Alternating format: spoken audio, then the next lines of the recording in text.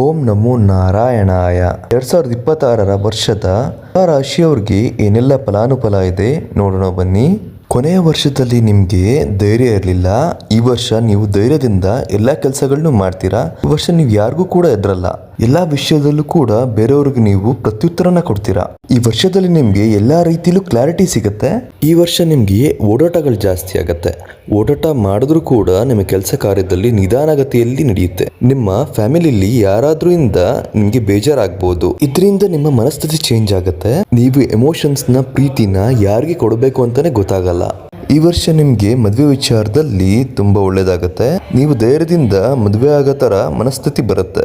ನೀವು ಬೇರೆಯವ್ರ ತಪ್ಪುಗಳನ್ನ ಹುಡ್ಕೋಕ್ ಹೋಗ್ಬೇಡಿ. ಇದರಿಂದ ನಿಮ್ಮ ಮನಸ್ಥಿತಿ ಹಾಳಾಗತ್ತೆ. ನಿಮ್ಮ ಕೆಲಸ ಕಾರ್ಯದಲ್ಲಿ ಈ ತಿಂಗಳು ನಿಧಾನಗತಿಯಲ್ಲಿ ನಡೆಯುತ್ತೆ. ಯಾವ್ದಾದ್ರು ಕೆಲಸದಲ್ಲಿದ್ರೆ ಬಿಡಬೇಕು ಅಂತ ಅನ್ಸಿದ್ರೆ ಖಂಡಿತ ಬಿಡಕ್ ಹೋಗ್ಬೇಡಿ.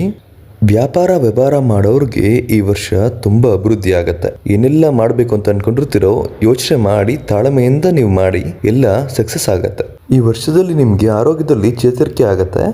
ನೀವು ಬೇರೆಯವರ ಬಗ್ಗೆ ಇನ್ನೊಬ್ರು ಮುಂದೆ ಕೆಟ್ಟದಾಗಿ ಮಾತಾಡಬೇಡಿ. ಇದರಿಂದ ನೀವು ಕೆಟ್ಟ ಕರ್ಮಕ್ಕೆ ಸಿಗಾಕೋತೀರಾ.